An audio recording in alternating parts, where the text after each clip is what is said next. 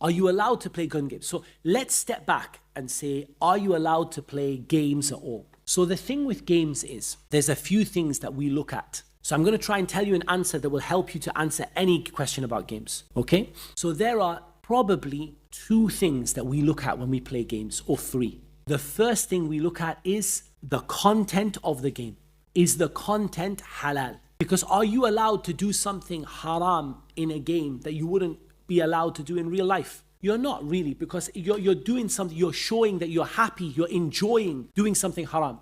So let's say there's a game which involves stealing from people. Would you be happy to steal from people in real life? You wouldn't. So how can you enjoy stealing from people in the game? Oh, I stole from this guy, it was really good.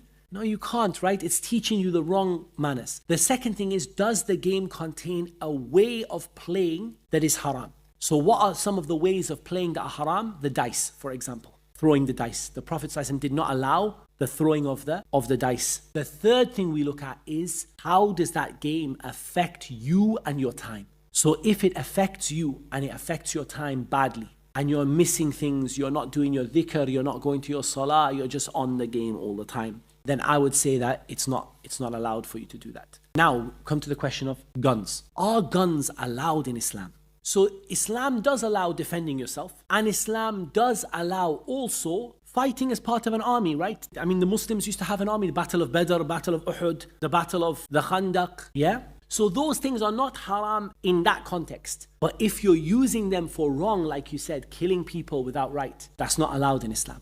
So if the game is part of like a Muslim army that is fighting in a good way for something which Islam allows, that doesn't have to be haram. But definitely, if you're killing people and the game is about killing people without right and you're just going up to people and killing them, that is not allowed in Islam at all.